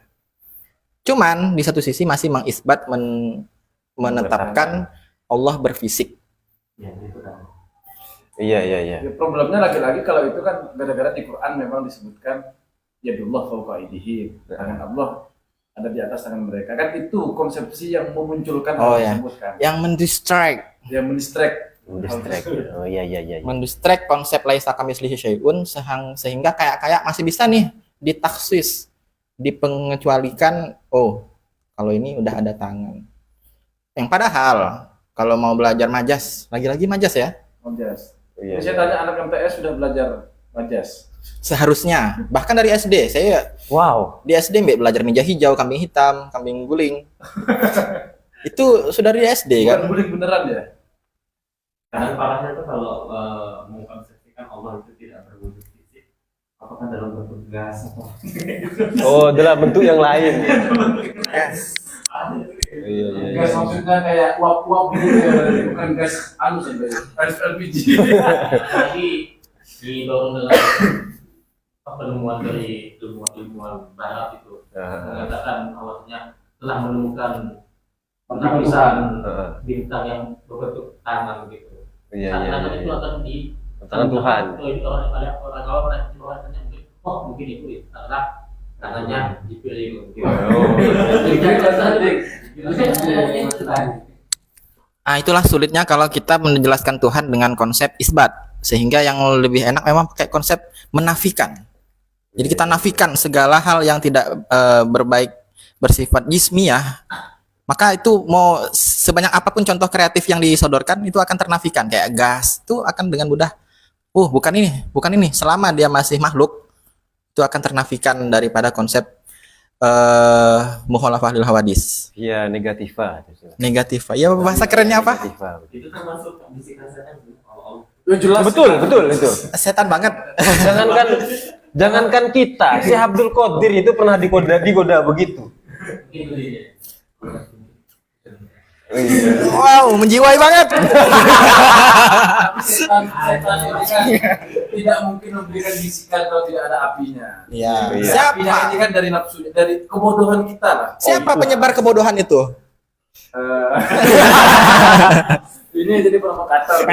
Tapi ini dulu saya sempat bertanya-tanya, bagaimana Salafi Wahabi itu? Udah pernah disinggung kan? Ini. Zoom. Ketika menyebut misalnya Allah Subhanahu wa taala, subhana itu kan maha suci itu kan, wa taala maha luhur atau maha tinggi. Gimana ya mereka memahami Allah maha suci? Ternyata cara mereka memahami Allah maha suci itu adalah isbat tadi.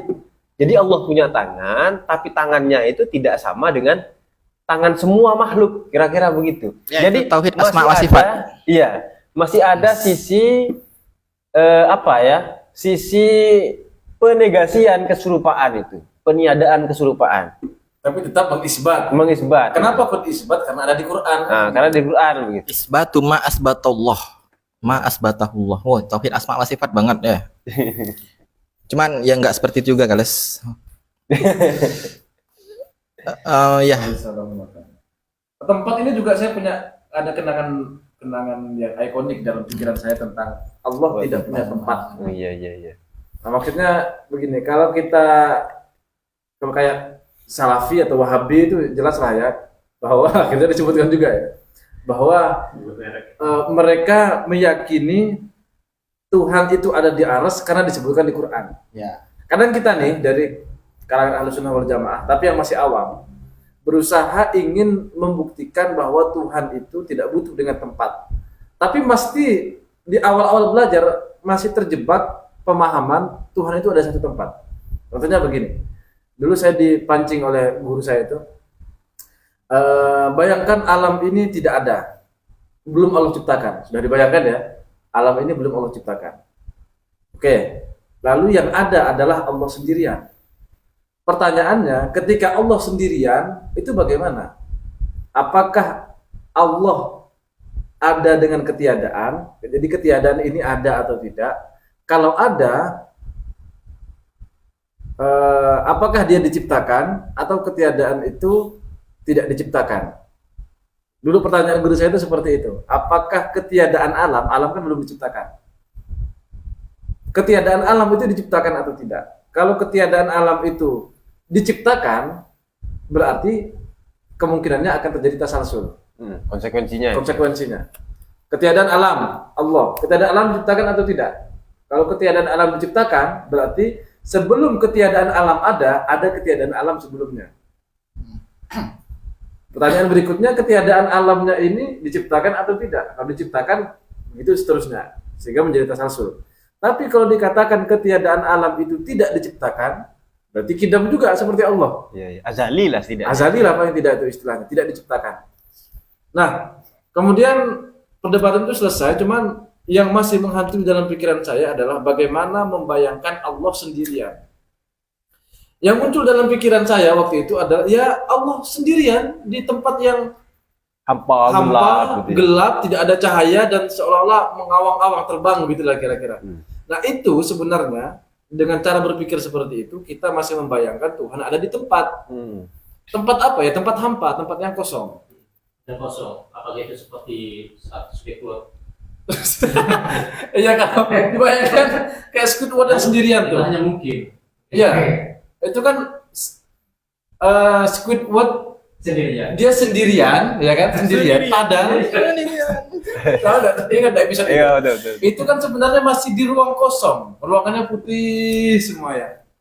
Nah, itu sebenarnya masih membayangkan. Tapi ada tempat. dapat sumber masalahnya adalah karena Anda mungkin atau kita lah ya ketika di awal-awal itu masih belum bisa mendefinisikan alam. Ya. Padahal kalau sejak awal kita definisikan betul. alam itu masih Allah. Berarti kan termasuklah segala tempat-tempat yang ada itu apapun Ya, tempatnya. permasalahan itu pada akhirnya selesai dengan memahami definisi apa itu tidak ada, apa itu tempat, apa itu sendiri. Dan apa itu alam? Nah, apa itu alam? Selesai. Setelah dipahami definisi tersebut, yang mana definisi ini konsep rasional, setelah kita pahami itu baru hilang waham tadi itu. Oh iya. Bahkan waham yang terjadi di kalangan Wahabi dan Salafi, waham itu dugaan lemah. Estimasi kan ilusi. Bosan. Hah? Bosan. Bullshit. Bullshit jadi bullshit. Jadi waham yang dimiliki Wahabi dan Salafi pun ketika membahas tentang ayat-ayat yang dianggapnya menjadi legitimasi terhadap tasbih mereka ataupun tajsim mereka tadi bisa dengan mudah terpatahkan ketika memang sudah mengamini ilmu majas. Bahkan sebagaimana yang kita simak dari YouTuber siapa ya? Ya, penjelasan umum lah tentang perdebatan salah seorang ulama Wahaboy yang buta. Oh iya. Nah, ketika ingin getol menafikan tidak ada majas di dalam Al-Quran, tinggal dicolek pakai kisah itu aja, bahwasanya ketika ada ayat yang bahwasanya wa huwa fil fitman apa ya? Ayatnya maka nafi hadhid dunya a'ma ya. Ya, betul. Wa huwa fil akhirati a'ma wa adallu sabila itu. Wah, gimana itu kalau mau dipahami tanpa mengamini adanya majas dalam Kalau Al-Quran orang itu dan menolak takwil? Nah, kalau orang itu buta di dunia itu kan. Maka di akhirat mau bukan buta juga, bahkan jadi sesat. Kayaknya selesai itu perdebatan. Iya. Atau motong kamu Kompas lah biar enggak lama-lama berdebat. Oh, takwil enggak boleh. Iya, itu kan ceritanya mengadakan debat, tapi jangan pakai takwil. Nah, Syaratnya itu begitu. Akhirnya dikutip ayat tadi itu, dan lawan debatnya itu dari kalangan Salafi Wahabi buta itu kan. Kalau buta di dunia, dia buta di akhirat dan disesatkan itu kan. biar enak Akhirnya gitu. marah-marah disuruh keluar. Biar enak. Jadi ayat laisa kamislihi syai'unnya bisa dipakai dan ayat-ayat yang yadullah, wajhullah, apalagi sakullah, segala itu pun bisa dipakai tapi diarahkan ke majas, dan itu kita nggak merasa berdosa. Kadang kalau udah sering dituduh, wah kamu takwil, kamu ahlul ahwa, ahlul akal, itu kita kayak merasa berdosa juga. Enggak. Namun ternyata dipikir-pikir lagi, wah kok sereceh itu Al-Quran dimaknai hanya tekstual saja, ya kan? Para pujangga puitis di sebelah sana juga bisa loh bermajas-majas ria. Masa kalam seperti Al-Quran itu nggak bisa majas? Di surat Al-Isra tadi Ustaz Bayu, man kana fi hadhihi a'ma fa huwa fil akhirati a'ma wa adallu sabila. Barang siapa yang buta di dunia, niscaya di akhirat ia lebih buta dan lebih tersesat dari jalan yang benar. Tanpa takwil misalnya. Buta itu. Kasihan ulama-ulama yang tuna netra.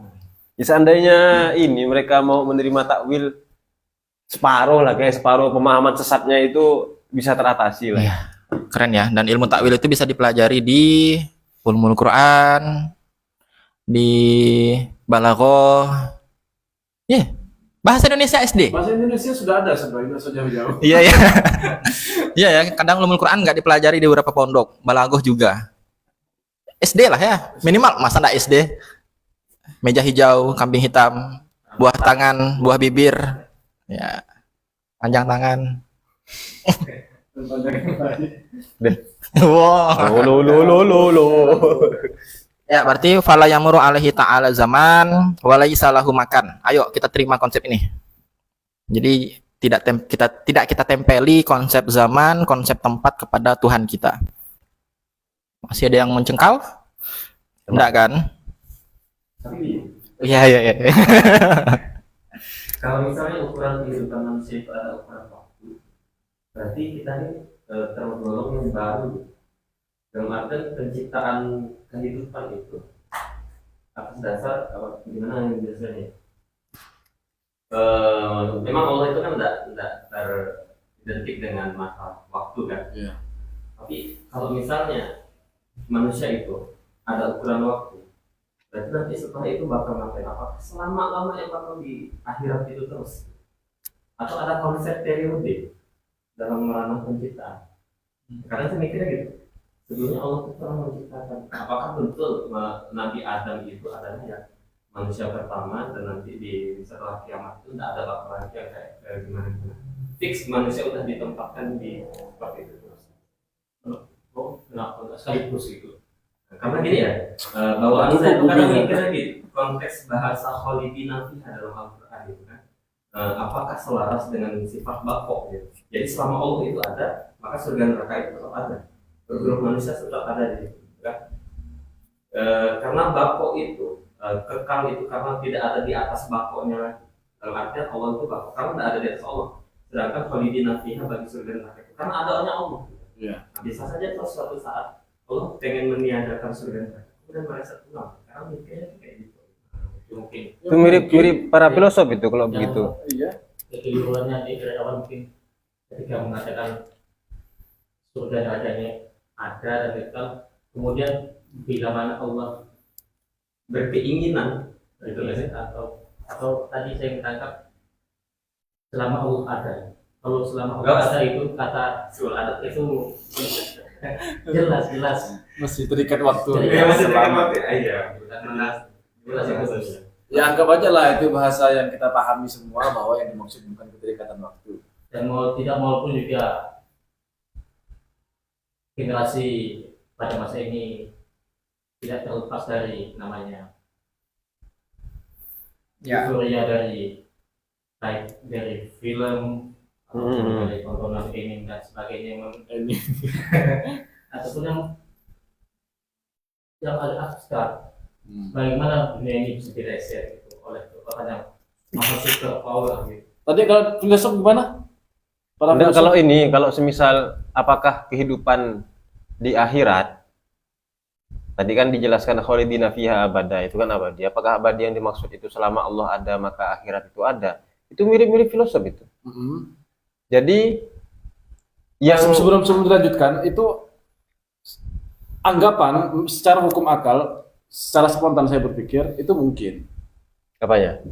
sebelum Maksudnya ini keabadian, benar atau salah? iya, keabadian salah. ini, keabadian surga neraka itu apakah niscaya atau mungkin secara esensial mungkin. Ya mungkin ya kan. Itu yang dimaksud. Cuman maksud saya penisbatan kekalnya surga karena adanya Allah. Nah, itu mirip para filosof nanti. Problem atau tidak di situ? Problem. Problemnya di mana? Apa bedanya dengan adanya alam sekarang sebagai sebab ilat ma'lul itu? Nah, nanti kiasnya itu mirip-mirip ke sana. Makanya bagi saya yang tepat itu adalah selama Allah menetapkan surga dan neraka itu ada, maka selama itu juga surga dan neraka itu ada. Iya, maksudnya ke sana. Maksudnya Iya. kita yang ahli sunnah wal jamaah. Iya, maksud saya takut ada anggapan-anggapan seperti tadi. Oh iya. Bahwa yang dimaksud itu ilat dan ma'lul. Toh kayak tadi itu loh, hukum kausalitas kan jelas. Kok masih ada orang yang salah dalam memahami hukum kausalitas itu? Segala sesuatu yang ada memiliki sebab. Itu kan satu satu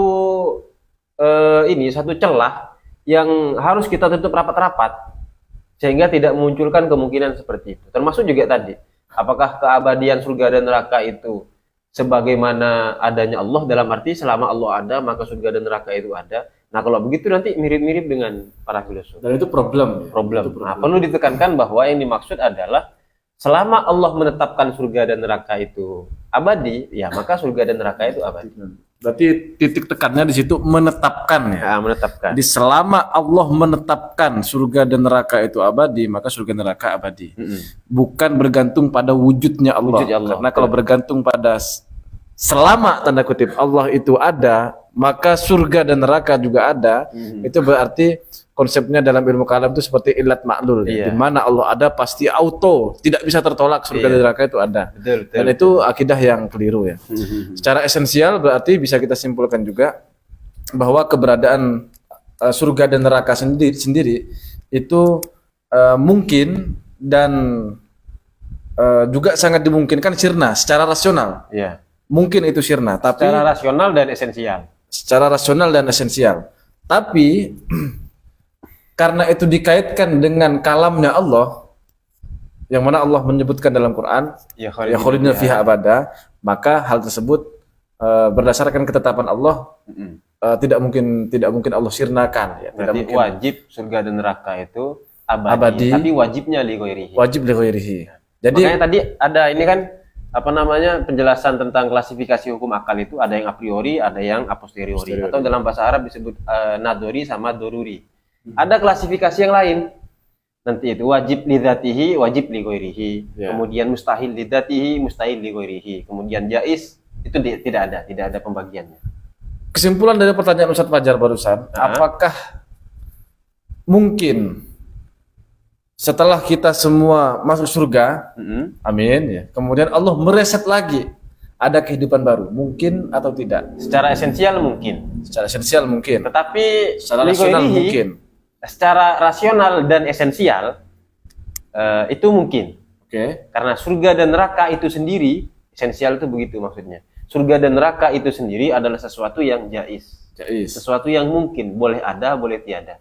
Tetapi karena dikaitkan dengan firman Allah itu kan, dan Allah tidak mungkin keliru ketika menetapkan sesuatu dalam Al-Qur'an itu, maka keberadaan surga dan neraka itu wajib atau harus abadi li ghairihi. Ya, karena Allah sudah menetapkan Li ghairihi itu ya. maksudnya iya, karena Allah telah mengatakan itu di dalam Al-Qur'an. Oke, memang berarti surga dan neraka itu pada dasarnya keberadaannya sendiri itu mungkin ada, artinya dia mungkin sirna. Tapi karena Allah sudah menetapkan Allah akan mengekalkan surga dan neraka, maka wajiblah surga dan neraka itu menjadi abadi, tapi karena janjinya Allah. Karena janjinya Gitu ya. Allah. Dan sesuatu yang mungkin secara rasional tidak harus terjadi. Memang surga dan neraka itu mungkin sirna, tapi jangan karena hanya gara-gara surga dan neraka itu mungkin sirna, lalu kita katakan bahwa surga dan neraka akan sirna. Faktanya Allah sudah janji di surga bahwa surga dan neraka itu kekal. Sehingga apakah nanti akan ada kehidupan yang baru lagi? Itu bagaimana? Ya, sangat mungkin, sangat mungkin. Sangat mungkin ya. Li dzatihi, secara esensial sangat mungkin. Oke. Nanti akan dijelaskan dengan model yang sangat canggih oleh Imam Al-Ghazali dalam Al-Iqtisad fil I'tiqad. Dan kabar baiknya adalah terjemahannya Sudah ada sudah ada. Oh, ada di terjemahannya. tas saya itu. Itu kitab yang kayaknya pertama kali diterjemahkan di Indonesia. Kalau di Malaysia saya pernah lihat ada versi Malaysia. Problem kalau berpacu pada pola pikir yang masih ada di apakah sebuah problem? Kalau hanya kita pengen berfilsafat saja mencari kebenaran. Kalau cari kebenaran, Memang gini, kalau kita belajar akidah dan agak mendalam kira-kira, mau tidak mau, suka tidak suka, kita akan masuk ke dalam gelanggang filsafat. Mau tidak mau. iya. Artinya banyak nilai-nilai filosofis yang kemudian harus kita ungkap. Kita harus berhadapan dengan mereka. Makanya akidah tanpa filsafat itu dua kata yang lucu sebenarnya. Kalau kita mau mendalami Ilmu kalamnya. Kalau mendalami ilmu akidahnya. Ya, karena memang dulu filsafat itu adalah musuh utama dari ilmu kalam kan dulu kan begitu. Maka kalau kita membaca teks-teks ilmu kalam pasti sifatnya filosofis karena yang dihadapi adalah para filosof dan juga Mu'tazilah yang terkontaminasi dengan filsafat dan seterusnya. Maka mau tidak mau kan kita berfilsafat juga, filsafat ketuhanan ya. Iya. Kayak di Imam Ghazali itu kan menjelaskan mungkin nggak Tuhan itu menciptakan sesuatu dengan kudrohnya, tapi tidak menghendakinya dengan sifat irodah. Kemudian beliau menjelaskan tentang tadi wajib didati, wajib digoiri, mustahil didati, mustahil digoiri dan termasuk juga yang contoh tangan dengan jikir, gerak tangan dan jikir yang Anda sampai begini-begini di WC. Oh, iya. Saya sampai mikir itu saya. Banyak itu pemikir sejati itu di WC pun mikir tangan saya gini-gini. Makanya saya kan tempat sebaik-baik ini. Daerah ini orang-orang Malaysia itu kan menyebutnya dengan bilik temenung. Bilik temenom. Kamar temenung. Ada tanggapan aku Ustaz Fajar? Balikkan ke Ustaz Bayu lagi. Intinya menafikan kalau Allah itu memiliki bentuk. Iya. Menafikan. Ya, Khalid ya, Khalid. Ada Khalid di sini, Khalid.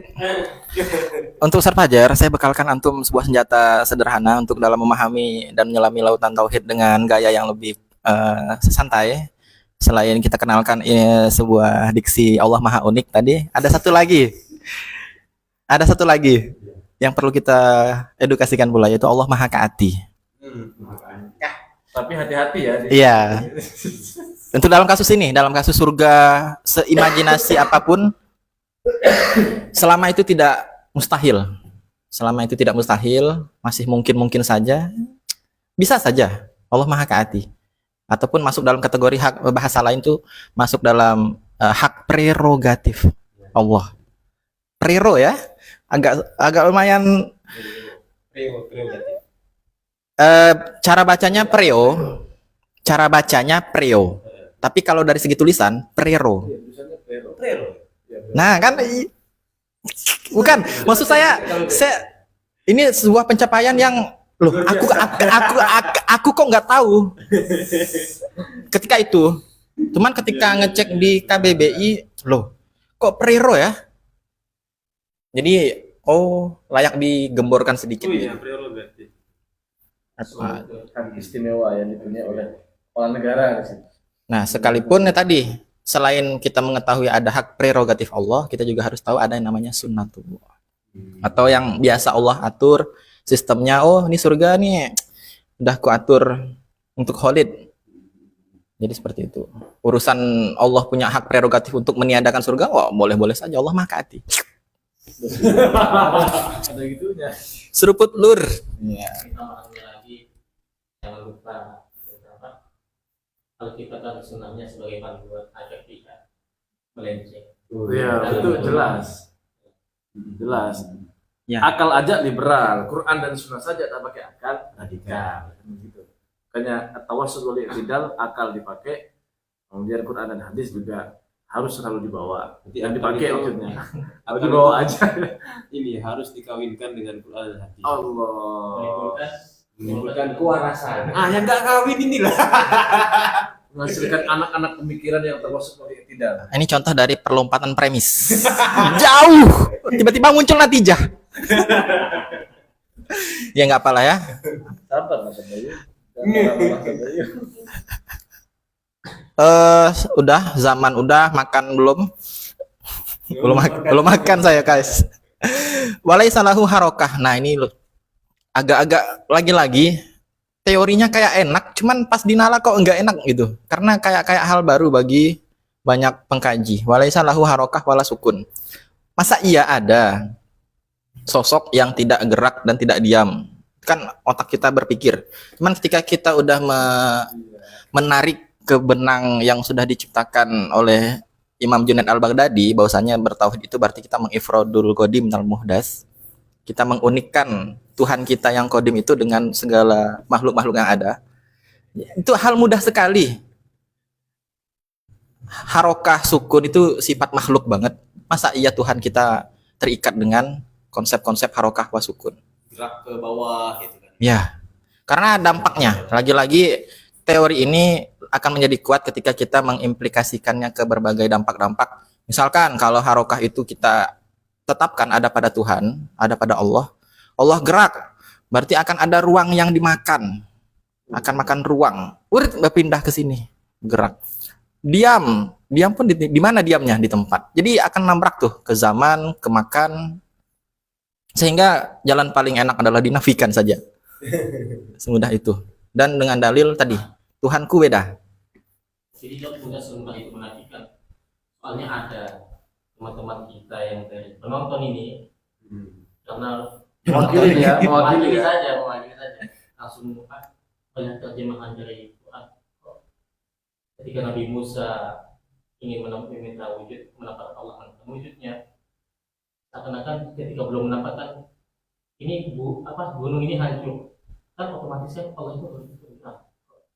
Dan pikiran ini dijelaskan. Oh iya, banyak kalau begitu. Di hadis juga ada Allah itu di sepertiga malam yang begitu-begitu itu. Tapi kalau sepertiga malam kan masih belum ada metafisiknya. Sedangkan di penjelasan ini gunung itu hancur langsung, fisiknya gunung itu hancur.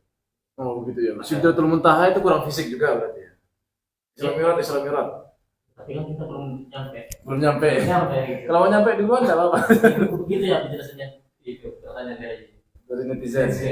Dan kalaupun terbesit semacam hal demikian rupa, tinggal mainkan ilmu majasnya.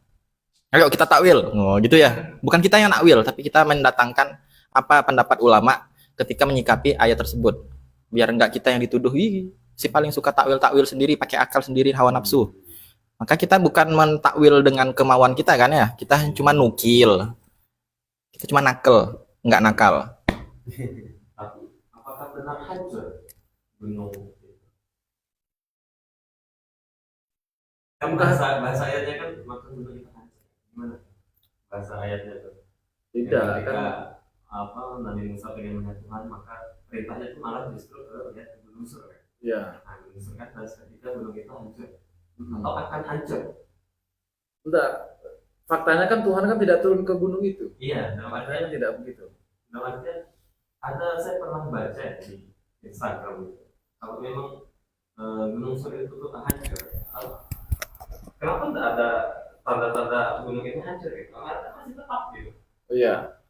Ya itu kan semacam apa tuh ya? Pengandaian semacam lau anzalna hadzal qur'ana ala jabalin la ra'aitahu khashi'an mutasaddian. Kan faktanya kan tidak seperti itu. Hanya pengandaian saja, dan faktanya Tuhan tidak betul-betul turun ke gunung. Bukan pendaki gunung ya Tuhan itu. Tapi bisa jadi juga memang benar. Gimana? Turun ke gunung? Enggak, bukan Tuhan. Oh. Memang mungkin hatinya gunungnya memang hancur mungkin. Sejak ketika kita melihat sifatnya Allah, mungkin saja Allah bisa membalikannya. Maksudnya gimana tuh? Maksudnya gimana? Ini juga lagi gitu. Ya hanya sekedar iseng dihancurkan gitu aja. Mungkin bisa jadi sebagai pembelajaran. Ya bisa aja sih kalau begitu. Itu kan tujuannya ketika dikatakan begitu. Kalau Tuhan itu turun ke gunung kan begitu kan kira-kira. Apa? Kaitannya kan dengan itu. Apa sih ayatnya? Lantaroni begitu ayatnya tuh, ada begitunya tuh. Lanjut dulu Ustaz Bayu, saya mau cari. Sambil sambil jalan. Sambil saya cari. Memang sangat menggelitik imajinasi para kaum pria yang logis. Lantaroni. Harokah wala sukun. Ya, jadi sah-sah saja Tuhan kita itu tidak disifati atau tidak memiliki kondisi bergerak ataupun diam. Dulu mungkin kita sulit menerima konsep ini, tapi kalau sudah berpegang teguh dengan Ifradul Qadim minal muhdas, Imam Junaid al-Baghdadi, maka sah-sah saja Tuhan itu beda dari konsep makhluk. Bahkan harus, bukan sah-sah saja. Harus beda. Wala yatasif. Nah, semakin diperinci apa yang tidak boleh kita serupakan dengan Allah dan mustahil itu terjadi. Wala yatasifu bi alwan, tidak bersifat atau tidak memiliki warna. Jadi jangan adu-aduan Tuhan warna apa. Selama masih berwarna itu bukan Tuhan. Iya, kalau ada Tuhan yang berwarna itu berarti bukan Tuhan. Bisa roti, bisa api, bisa pohon. Wala bijihatin. Nah, ini mirip dengan makan. Kalau makan itu adalah posisi ruang, makan ruang, bertempat. Kalau jihah berarah, bisa ditunjuk. Ini mirip-mirip sih ya. Kok bisa ya? Jadi mungkin ada tambahan dari kawan-kawan untuk membedakan makan dan jihah ataupun makan dan mahal. Ya, kayaknya pernah disinggung itu. Iya, pernah disinggung. Wala bijihah. Jihah ini anggaplah zorob makan. Nah, kan ujung-ujungnya zorob makan. Jihah zorob makan. Tahta, fauko, janiba, waro'ah. Kalau Tuhan kita di mana-mana, terus Tuhan di mana? Tuhan tidak di mana-mana. Tuhan di mana itu udah problem. Nah, Maksudnya Tuhan ada di mana-mana. Itu udah lebih umum lagi. itu karena memang dari sejak SD bahkan TK kita ditawarkan dengan konsep pilihan ganda. Seakan-akan pilihannya cuma ABCD, nggak bisa kita bikin pilihan sendiri. Ada jawabannya. Padahal bisa. Kalau saya sering di LKS itu tambah F. Padahal ABCD kan, kita tambah F. Nggak ada yang marah. Ya, seperti itu. Jadi jihah, fala yukol. Ini contoh daripada jihah, biar ada pembeda daripada makan. Ini tahtallah, wallahu a'lam. Wallahu a'lam. Wal iyazbillah. Ini tahtallah. Sesungguhnya aku di bawah Allah. Ini jangan sampai dikatakan seperti itu. Jangan sampai iseng-iseng berucap ataupun membiasakan diri memiliki gaya khas retorika penyampaian pakai bahasa ini tahtallah. Aku di bawah Allah. Atau Mungkar tuh ya. belum santai. Iya. Belum. Faqaulul ammah. Nah, kok bisa ada bahasa seperti itu ya? Perkataan orang-orang umum, orang-orang awam secara umum itu biasanya pernah kita dengar atau sering ini tahta robbina. Aku di bawah Tuhanku. Satu. Au inna robbi fauki. Sesungguhnya Tuhanku di atasku. Itu dua lah ya. Yang mana kedua kalimat semacam ini yang identik dengan sebagaimana kita ketahui tahta dan fauko ini kan zorob makan dengan definisi isim mansub ditakdiri fi, tetap ada fi di sana. Tahta ya berarti bukan bawah doang, tapi harus ada di bawah, sehingga itu auto niscaya keterangan tempat. Beda dengan Ar-Rahmanu alal arsyistawa. Ala itu harful jar atau preposisi. Sehingga kadang diartikan di atas, kadang diartikan atas. Lebih luas. Tapi kalau udah pakai zorob makan, itu harus dipaksakan, harus ada fi-nya. Walaupun ditakdir. Tahta robbina berarti berada di bawah Tuhan kami. Fauki berarti di atas. Jadi tetap ke arah tempat dan jihah. Maka ucapan seperti itu, tahta robbina atau fauki, robbit fauki, itu kalam mungkar, ai manhi syar'an. Manhiyun anhu syar'an. Kalam mungkar itu berarti ucapan yang dilarang oleh syariat untuk diucapkan. Berarti udah ada dosanya kalau emang diyakini. Ya, harus diyakini kan. Kalau hanya ngucapin enggak apa ya? Kalau ngucapin tak masalah. Makanya persoalan akidah itu kan persoalan di maknanya atau keyakinannya, bukan pada lafaznya. Sehingga yukhofu belum dianggap kafir ya, tapi udah diwanti-wanti, yukhofu dikhawatirkan, alaman ya'taqiduhul kufur, dikhawatirkan orang yang meyakini bahwasanya betul-betul kita itu di bawah Tuhan, di bawah Allah, ataupun Tuhan ada di atas kita, ditakutkan orang yang mengiktikadkan semacam itu akan terjerumus dalam kekafiran. Karena memang dari ucapan tadi, ucapan melahirkan mindset, mindset melahirkan keyakinan. Wah, harus diobati dari ucapannya dulu, biar tidak menyerempet ke keyakinan tersebut. Berarti biar enak, diajarkanlah kepada umat Nabi Muhammad Sallallahu Alaihi Wasallam ilmu majas dari SD. Tapi ini loh, di mana di episode itu Imam Ghazali menjelaskan apa ya, persoalan bertutur kata terkait dengan Tuhan itu sebisa mungkin menghindari bahasa-bahasa yang kontradiktif. Tapi konteksnya pada saat itu menjelaskan tentang seorang wali yang fana, yang ketika melihat keindahan Tuhan kemudian melabur di api. Melabur itu, jadi ngomongnya ngelantur. Nah, itu dia. Ngomongnya itu ngelantur. Maka kalau dia misalnya mengatakan, misalnya ada wali nih kemudian bilang, oh Ustaz Rizwan besok menikah, itu masih mungkin. Besok Ustaz Rizwan misalnya 5 menit lagi naudzubillah misalnya meninggal gitu. Itu masih pernyataan yang mungkin ngelantur tapi masih mungkin terjadi. Kumannya yang ada di tubuhnya yang mati. Nah, tapi kalau misal mengatakan Ustaz Rizwan ada 2, saya ini ada 2 gitu. Kayak di video-video mana udah pemabuk itu. Saya ini sebenarnya 2 ya. Iya, katanya kamu melakukan ini. Iya, saya melakukan itu. Terus kamu bilang kamu melakukan ini. Iya, saya juga melakukan itu. Sebenarnya saya ini 2, katanya begitu. Itu mustahil itu. Atau misalnya Tuhan sekarang lagi berada dalam tubuhku. Nah, itu pernyataan mustahil yang sebaiknya dihindari. Artinya termasuk juga apa yang dijelaskan sama Imam Ghazali rahimahullah di sini. Allah ada di apa sebenarnya, Allah ada di bawah dan seterusnya itu pernyataan-pernyataan yang harus dihindari dalam arti apa ya, ya perlu kita kasih ini penjelasan lebih terkait dengan istilah-istilah Itu sesat. ya, sebab ini juga sebab apa ya, banyak hal dalam bahasa itu yang terbatas untuk mengungkapkan sebuah makna. Kalau misalkan dengan wahdatul, Nah, itu sebagaimana saya Said Fauda dan saya sepakat itu pemahaman yang sesat. pasal gitu ya. Iya. Kecuali yang dimaksud wahdatus syukur. Itu.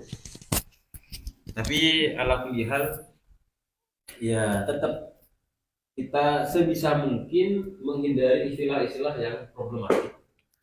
Kayak semisal tadi saya bilang bahasa kita ini terbatas. Misalnya kita bilang ketika Allah menghendaki, nah itu seolah-olah kan belum terjadi. Karena ada istilah ketika, itu yang saya maksud dengan terbatas. Tapi kalau ada ungkapan-ungkapan yang lain, sekiranya bisa menyelamatkan kita dari asumsi-asumsi yang menyesatkan, lebih baik pakai istilah seperti itu. Kita ketok palu dulu. Kalam mungkar ini setuju nggak diartikan manhi syar'an sebagaimana yang ditawarkan oleh Tahqiqul Maqam? Ibaratnya kalau udah pakai bahasa manhiyun anhu syar'an kan udah kena dosa. Oh iya. Atau hanya sekedar makruh saja Di mana tuh? di Tahqiqul Maqamnya. Nah, anhu syari atau gimana gitu. Saya bahasakan dengan manhiyun anhu syar'an. Jadi kalamun mungkar kalau secara bahasa aja sih sekedar kalamun yang dijauhkan aja lah, ditinggalkan gitu. Dari ya. Tapi kecuali ya termasuk yang manahahu. Tapi saya masih memberikan solusi, menawarkan solusi. Manhiyun anhu syar'an kan nggak cuma haram kan, makruh pun juga manhi kan. Ya anggaplah makruh gitu ya, nggak sampai haram. Kecuali udah Bahaya juga sih. soalnya gini, kalau oke lah yang pakai bahasanya contoh Imam Fudoli itu ini tahta robina memang udah seram. Yang sering diucapkan orang-orang awam itu kan itu rezekiku pekat yang di atas lah. Yang masih debatable, masih probable juga, bisa jadi dia memang meyakini Tuhan ada di atas, bisa jadi enggak gitu. Tapi apakah langsung kena dosa? Kan gitu. Kalau di bang makruh aja, tapi nggak ada damage-nya kalau dibilang makruh ya kan? Makruh aja lah ya. Makruh berarti kan dibenci, ya jangan dibenci ntar jadi haram. Karena kita tidak tahu maksudnya dia kemana. Maukuf lah ya, maukuf. Ya seperti itu. Kalau mungkar. Itu lanjutannya itu. Li anna mu'taqid al-jihad la yakfir ala sahih. Kama qala Ibnu Abdissalam. Ala sahih ya. Wah, ala sahih. Keyakinan tentang arah itu tidak dikafirkan. mengarah. Ya bahkan mau tajsim juga kan ya. Ya artinya ya aman lah selama itu hanya sekedar ucapan, Ya, bukan keyakinan. tapi tadi di garis bawahi yang yukhaf. Se-yukhaf itu ya, karena memang banyak yang meyakini sedemikian rupa. Sehingga untuk berpindah dari pengetahuan yang mengira Allah ada di atas, terus menafikan jihad dan makan, memang harus berproses. Harus ada buku, saku, mini, sederhana, dengan contoh yang banyak. Dan harga yang murah.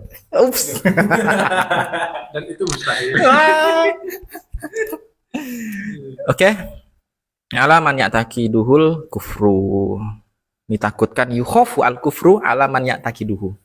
Jadi seperti itu. Kecuali jelas dia mengatakan ya Allah itu seperti makhluk misalnya, dengan sifat makhluk yang ada padanya, misalnya ada pada Allah, itu baru mustahil. Ya, berarti solusi dari sifat mustahil al-mumasalah ini adalah perjuangan untuk membedakan Allah dengan hal yang serupa dengan makhluk. Gimana tadi? Masih bisa disalahpahamkan, aku sudah menafikan mumasalahnya, tapi terjebak di ayat-ayat tertentu. Dan obatnya pun majas. Tapi itu menarik itu. Ucapan Menarik. apa ya? Ucapan sehari-hari kita kayak semisal ya serahkan kepada yang di atas. Rezeki itu telah diatur oleh yang di atas. Misalnya begitu itu apa dibolehkan ya? Betul di atas. Maksudnya Tapi tidak meyakini. pernah nggak ada ulama yang misalnya menjelaskan seperti itu, menggunakan istilah itu maksudnya? Tahu juga sih. Nah itu menarik untuk nanti lah kita cari-cari barangkali ada. Dijadikan bab tertentu kan? Nah dengan begitu kan kalau semisal ada, berarti apa ya? Ya, orang-orang awam itu bisa terhindari dari justifikasi yang tadi disebutkan di sini. Itu menarik itu begitu. Budak perempuan jariyah yang berkata di atas pun itu budak itu yang ngomong, ya kan? Ya. Nabi. Enggak, itu bisu itu. Itu bisu. Makanya Yang pakai isyarat ini. Oh, gini. Nah, iya. Nah, itulah bukan Nabi yang membahasakan Tuhan di atas. Oh, Jadi kan masih gini, ini masih gini. si perempuan itu kan isunya bertuhan kepada selain Allah. Yang mana Tuhannya itu di kuil, kira-kira begitu. Di kuil atau di tempat peribadahan. Makanya kemudian sama Nabi ditanya Ain Allah. tentang Allah itu di mana. Kemudian dikasih isyarat atas. Karena itu sudah menjadi pembeda yang betul-betul jelas untuk menunjukkan bahwa Tuhan saya itu tidak seperti yang dituduhkan oleh orang-orang yang Tuhannya ada di kuil berhala-berhala. Ya, Itu kabarnya bisu, perempuan bisu. Selain budak, bisu. bisa jadi kontra kalau beliau menerima Tuhan itu. Gini, ada patung dari gambar saya. Apalagi gini, Tuhan dibawakan anaknya sudah. Karena kalau dia menggunakan konsep bahwasanya Allah tidak butuh air, mau nunjuk kemana aja pun sah. Iya. Ya kan? Karena semua air juga milik Tuhan. Karena wajah kemana pun. Tapi kalau dia menggunakan tata krama etika, kalau dibawa ke sana pantas, kalau di depannya ternyata patung berhala bergambarnya saya bukan dari atas dan maksa saya. Sebenarnya ini apa kalau kita sudah ya belajar pokok-pokok akidah, kalimat-kalimat begitu pun bukan jadi masalah apa ya, tidak akan menyesatkan kita itu. Ya, meskipun problem untuk sebagian orang ya belum selesai dalam persoalan pokok. Tapi Nabi benar tuh nanya Ain Allah, Saya kurang tahu persis. ya kan? Cuman kabar yang saya dapatkan dari satuan lupa. Ibaratnya nyakat gitu ya. Ayo, Wahabi kan? Wahabi enggak nih? Kalau misalnya yang dimaksud aina itu adalah bukan makan tapi makanan, tidak masalah. Kan ada yang menjelaskan. Oh iya, masih bisa dibela ya? Asik. Aina ya.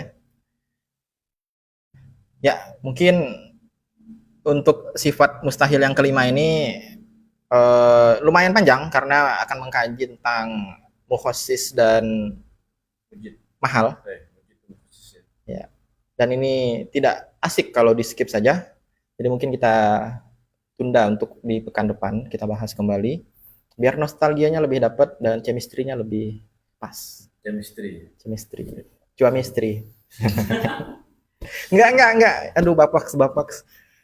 Jadi mudah-mudahan sedikit ini bisa bermanfaat dan mungkin ada tambahan dari yang lain sebelum majelis ini kita tutup dengan doa kafaratul majelis. Sudah tinggal 18% HP-nya yang Oh iya. yang khawatir takut tiba-tiba mati nanti kan. Iya.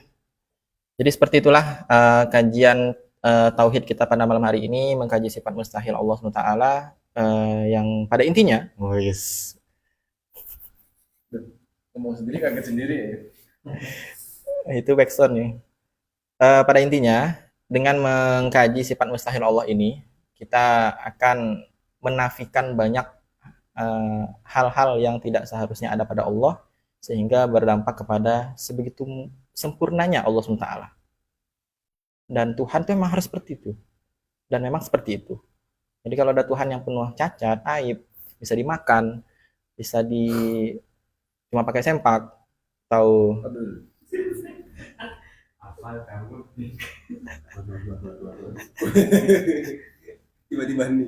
tiba-tiba hening. Ya perlulah dikaji lagi persyaratan Tuhannya. Apakah sudah terpenuhi atau tidak? Biar waras dalam beragama. Ups. Ya, mudah-mudahan yang nonton muslim semua. Dah, mungkin ya mudah-mudahan bermanfaat. Kita tutup dengan membaca doa kafaratul majelis. Bismillahirrahmanirrahim. Subhanakallahumma wa bihamdika asyhadu an la ilaha illa anta astaghfiruka wa atubu ilaik. Ya, hilang dosanya ya. Jadi aman. Wabillahi taufiq wal hidayah. Assalamualaikum warahmatullahi wabarakatuh. Waalaikumsalam warahmatullahi wabarakatuh.